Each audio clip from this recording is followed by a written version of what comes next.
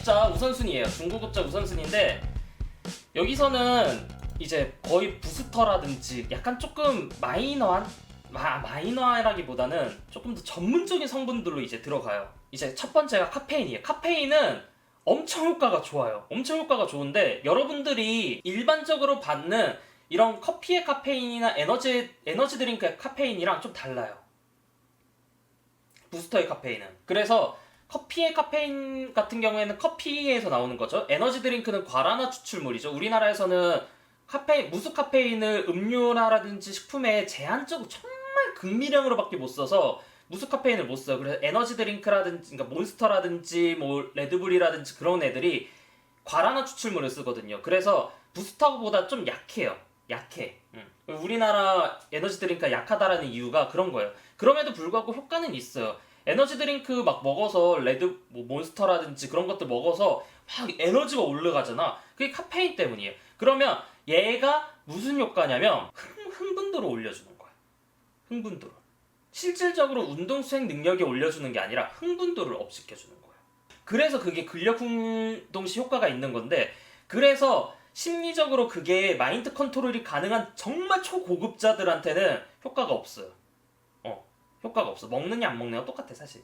근데 그게 아닌 일반인들 같은 경우에 효과가 되게 좋아요. 그래서 이게 사람마다 개인차가 굉장히 심해요. 어떤 사람은 카페인 400ml 먹어도 변화가 없어. 효과가 없어. 카페인 아무리 먹어도 효과가 없어. 난 그 선수 딱 한 번 본 적이 있어. 누구? 윤성비 선수가 그랬어요. 실제로 윤성비 선수가 노익스 먹었거든요. 효과가 없어. 그 선수가 노익스 계속 꾸준히 챙겨 먹었었는데 효과가 없는 거야. 카페인이 태생적으로 안 듣는 체질이더라고.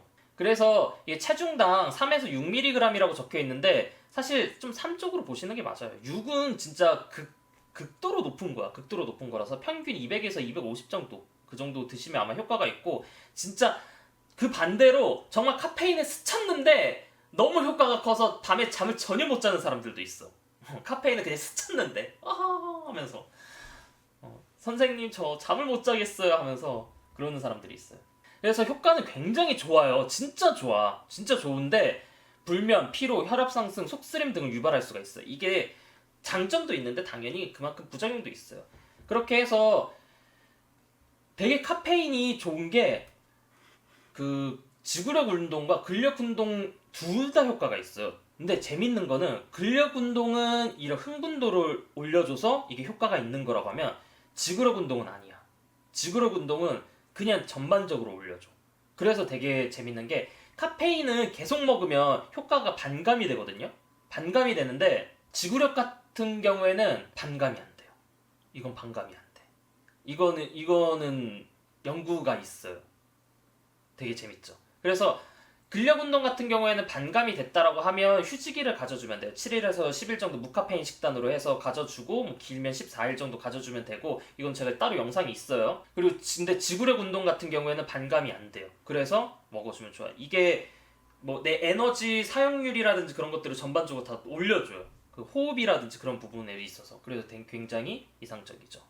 호다닥 진행을 할게요. 그 다음 크레아틴이에요. 크레아틴 같은 경우에는 말이 되게 많았어요. 그 말이 많은 이유가 크레아틴이 뭐 형태가 되게 다양해요. 뭐 크레알칼린도 있고 뭐 크레아틴 마그네슘도 있고 되게 막 형태가 다양한데, 이게 논란이 있었던 게 크레아틴 흡수 오지게 안 되는 거야. 엄청 안 돼. 근데 그래서 이런 버퍼 형태들이 나온 거야. 뭐 크레알칼린이라든지 이런 것들이 나온 거야.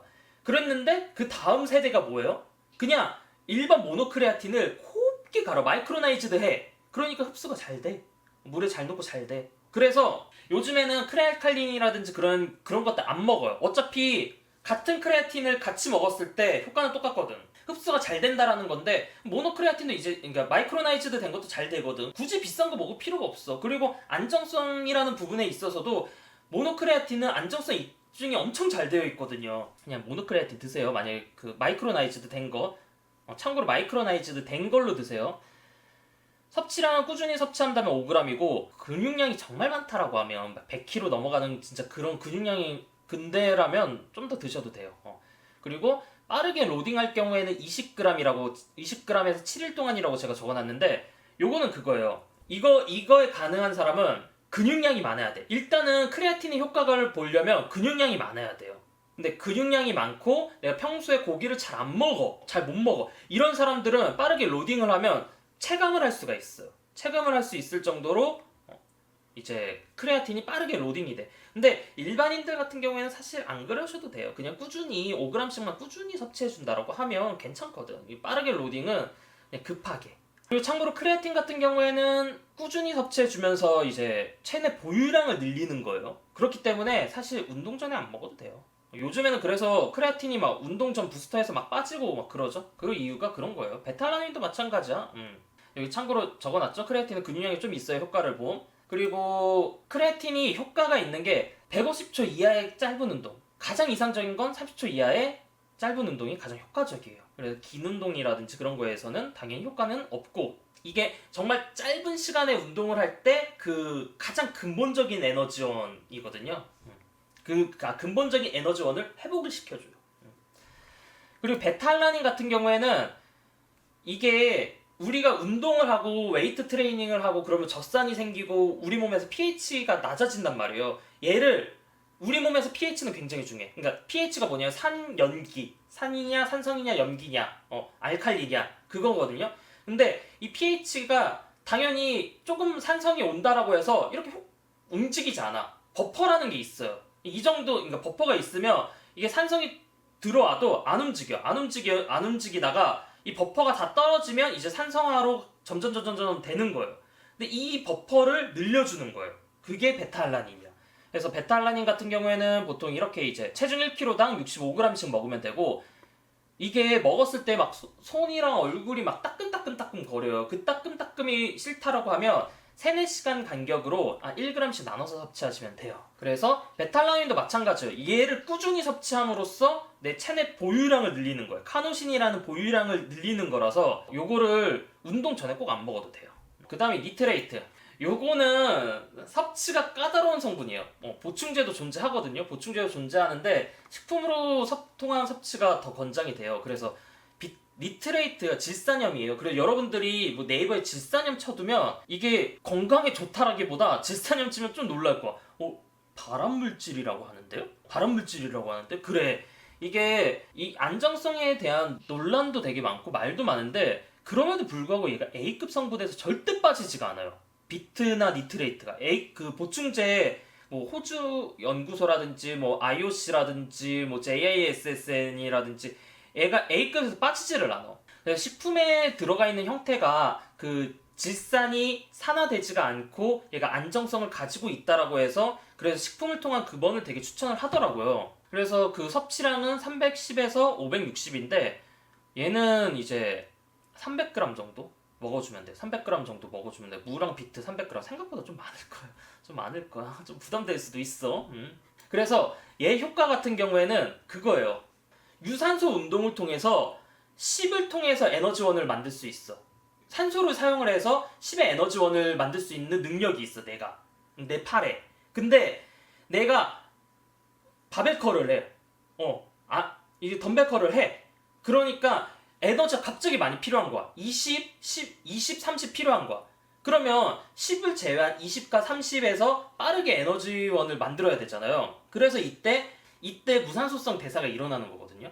근데 이 니트레이트는 이 유산소 10이라는 능력을 늘려주는 거야. 얘를 늘려주는 거예요. 그래서 얘 효과 있는 운동은 무산소 운동도 아니고 유산소 운동도 아니, 약간 좀 중간 강도 운동에서 효과가 있어요. 이거 솔직히 조금 애매하거든. 어려울 것 같아. 이거 이해돼요? 이해 안 돼요? 이해 안 돼? 몰라. 이거 보충제 성분들 제가 나중에 따로 영상 하나씩 만들면서 재탕할 거거든요. 그때 좀 더 자세하게 설명을 해드릴게요.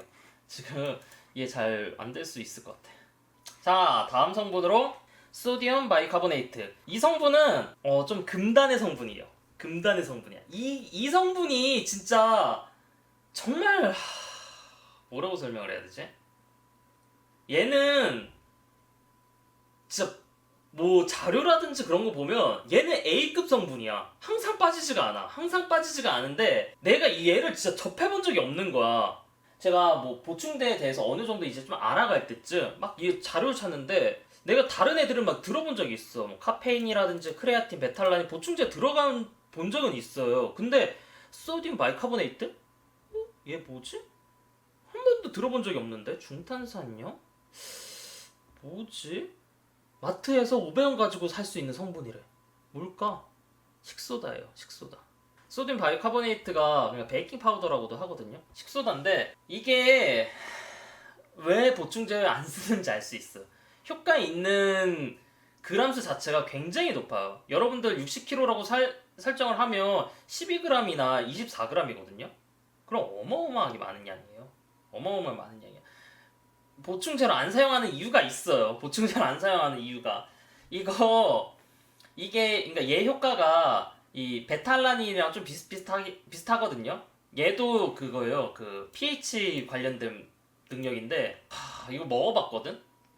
와 이거는 고문이더라. 이거 괜히 논문에 그 위에 대한 자극이 심함, 뭐 가스 찰 수 있음 그렇게 적혀 있는 이유가 이거구나 하고 생각이 되더라고요. 장난 아니에요. 막 꺼꺼거리고 굉장히 역해요. 맛도 되게 이상하고 어마어마하게 많이 먹어야 돼. 어마어마하게 많이 먹어야 돼서 물도 많이 먹어줘야 되거든. 최대한 이거 먹을 때 탄수화물이 풍부한 애랑 같이 먹으라고 하긴 하더라고요. 그 위 자극이 너무 심하니까. 근데 이거는 그냥 제가 적을까 말까 생각을 했거든요. 얘는 솔직히 말해서 임상에서 그러니까 실전에서 쓰기가 너무 어려워요. 너무 어려워. 참고로 이거 막 나 내일 중요한 대회 시합이 있는데 동면중이 이거 좋다라고 했는데 내가 뭐 다른 애들은 구할 시간이 없고 이거 호다닥 마트에서 사서 먹어야겠다. 개소리야. 진짜 하지 마요. 하지 마. 속 뒤집어져. 이거 충분히 훈련을 거쳐야 돼요. 이거 진짜 장난 아니야. 아무튼 효과는 베탈라닌이랑 똑같다라고 보시면 돼요. 비슷하다라고 해야 돼. 베탈라닌, 카노신 버퍼 자체가 늘어났다고 하면 얘는 버퍼 자체를 넣어준다고 생각을 하시면 좋아요. 왜 안 쓰는지 알 수가 있어요. 노익스의 뽕 소리 있잖아요. 그 근원이에요, 얘가. 노익스가 되게 조금 넣어놨어. 되게 조금 넣어놨어. 그 다음에 스포츠 드링크. 그 다음에 이제 스포츠 드링크인데 스포츠 드링크 같은 경우에는 진짜 A급 성분 중 하나예요. 스포츠 드링크가. 되게 근데 흔해 빠졌어. 막 마트에 가도 있잖아요. 스포츠 드링크. 그래서 여러분들이 이 스포츠 드링크에 대해서 얘가 그렇게 효과가 있는 애예요? 라고 생각을 할 수 있는데 쉽게 생각을 하면 그거예요. 공중급유? 공중급유. 그러니까 우리 비행기가 날아가는데 얘가 거리에 한계가 있잖아. 근데 한계가 있어서 더 많이 못 날아가잖아요. 근데 공중에서 급유를 해줘. 그러면 더 많이 날아갈 수가 있잖아. 그런 기능이라고 보시면 돼요. 이게 공중급유를 한다고 해서 애가 엔진이 빨라지고 속도가 빨라지고 그런 건 아니잖아. 그런 건 아니잖아요. 근데 더 많이 갈 수 있잖아. 더 많이 갈 수 있고. 운동 중에 수분과 에너지를 공급을 해준다라는 점에서 이게 굉장히 이상적이긴 해요. 수분과 에너지 공급에 용이하기 때문에 스포츠 드링크가 되게 좋긴 좋은데 제가 이거 30분당 500ml 이상 섭취 X라고 적어놨는데 정확하게 따져서 시간당 60g이거든요. 시간당 60g이에요. 그러니까 당, 카보하이드레이트 양으로 따져서 그 이상 너무 빠르게 섭취할 경우에는 내 몸에서 이 당을 통해서 저장을 하려고 해요. 에너지원으로 쓰려고 하는 게 아니라. 그럼 어떻게 돼요? 오히려 운동에 방해가 될 수가 있어요. 한마디로 인슐린이 분비가 될 수가 있는 거예요. 너무 많이. 그래서 안 좋을 수가 있다라는 거예요. 그래서 요거는 한 번에 너무 많이 섭취하지는 마세요. 한 번에 너무 많이 섭취하지는 마시고 최대한 나눠서 스플릿 섭취하는 게 좋고 그래서 운동 기간이 긴 경우나 그럴 때 먹어주면 진짜 도움이 돼요. 뭐 피로도 회복이라든지 그런 거에서도 다음날 더 좋아요. 내가 이걸 안 먹다가 안 먹은 거랑 먹은 거랑 나중에 차이가 커요. 이게 되게 중요한데 사실상 좀 임상에서 잘 안 쓰이는 이유가 본인한테 맞는 양과 그거를 찾아야 돼요. 이게 사람마다 되게 달라요. 보면 그 운동 강도나 소화 능력에 따라서 섭취량과 농도 조절이 필수라고 제가 적어놨잖아요. 그 이유가 운동 강도가 정말 고강도 운동이라든지 막 하는 운동 같은 경우에는 어떻게 돼요? 물만 마셔도 막 메스껍죠? 그런 운동 강도에서는 농도가 되게 연해야 돼요. 농도가 연해야 되고 양도 좀 덜 먹어야 돼. 몸을 많이 안 흔드는 운동, 뭐 웨이트 트레이닝이라든지 아니면 뭐 사이클이라든지 그럴 때 이제 많이 도움이 돼요. 많이 도움이 돼. 그래서 운동 시간이 매우 긴 경우나 장시간 공복 후 운동할 경우에 추천이 돼요. 아까 누가 물어봤을 거예요. 그 공복 운동할 때 뭐 좀 좋은 보충제 없냐고. 그런 스포츠 드링크 저는 추천해 드려요.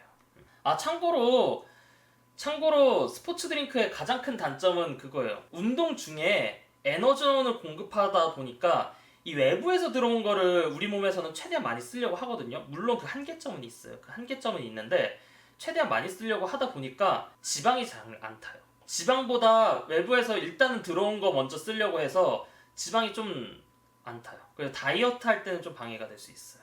공복이 아니라도 딱히 상관은 없어요. 참고로 이것도 어떻게 보면 당음료예요. 당음료라 설탕이 이거 되게 생각보다 성분표 보면 되게 단순해요. 그래서 당연히 많이 먹었을 경우에는 살쪄요.